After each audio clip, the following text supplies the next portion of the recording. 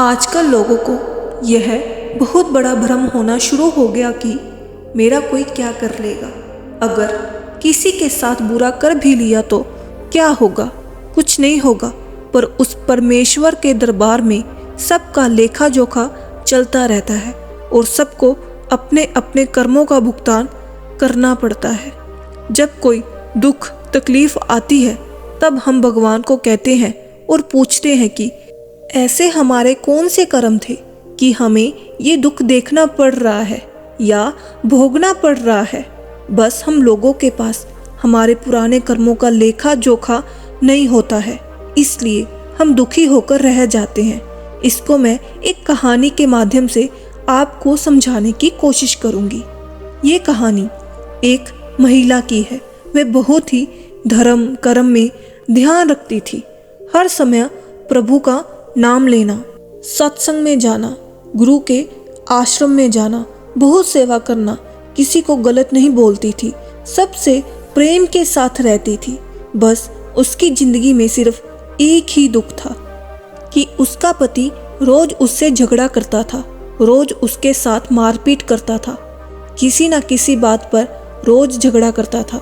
एक दिन वह औरत अपने गुरु महाराज के पास जाती है और उनसे प्रश्न करती है कि गुरुदेव, मेरे ऐसे कौन से पाप कर्म हैं कि मेरा पति मुझे रोज मारता है, मुझसे रोज झगड़ा करता है। मैं जैसे जैसे आप मुझे भजन सिमरन बताते हैं मैं वैसा करती हूँ, सेवा भी करती हूँ, पर मुझे इस समस्या से छुटकारा नहीं मिल पा रहा है। गुरुजी पूछते हैं कि क्या वह तुझे घर में कमाकर पैसे लाकर देता है? तेरे खाने पीने पर तो कोई बंदिश नहीं लगाता?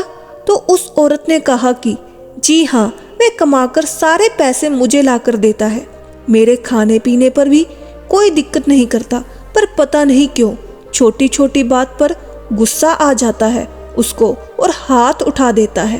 तो गुरुजी ने कहा फिर बिल्कुल ठीक है, अगर वह तुझे कमाकर सारी कमाई तुझे दे रहा है और रोटी भी दे रहा है तो।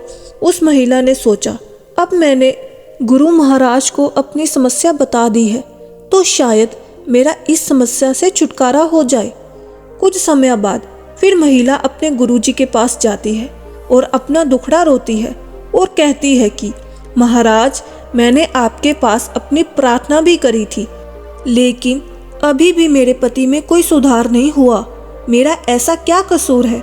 मैं इस जन्म में तो सेवा भी करती हूँ, सिमरन भी कर रही हूँ, गरीब लोगों की भी सेवा कर रही हूँ, भूखे को रोटी भी दे रही हूँ, पर मुझे तो पति सुख मिलना चाहिए, वह मुझे क्यों नहीं मिल पा रहा है?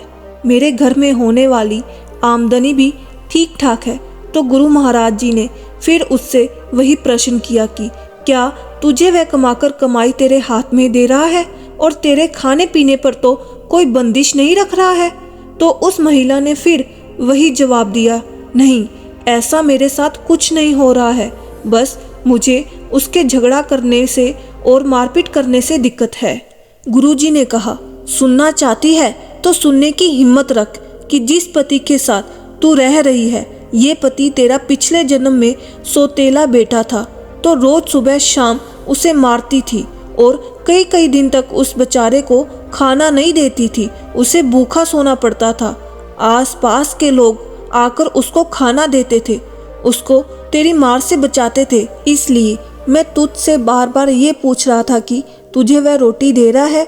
उस महिला को महाराज जी ने कहा कि तूने जो कर्म किया है उसका भुगतान तो तुझे देना ही पड़ेगा, इसलिए कभी भी कर्म करते हुए ये मत सोचो कि हमें कोई नहीं देख रहा है। वह ऊपर वाला सर्वशक्तिमान है, जिसके पास हमारे सभी कर्मों का लेखा जोखा है, जिसका हिसाब किताब हमें आज नहीं तो कल किसी न किसी रूप में चुकाना पड़ेगा। इसलिए अपने कर्म करते हुए ये जरूर ध्यान रखें कि कर्मों का भुगतान हमें खुद ही करना है, कोई और हमारी जगह पर कर्मों का भुगतान नहीं करेगा। तो दोस्तों, कैसी लगी कहानी जरूर बताइएगा।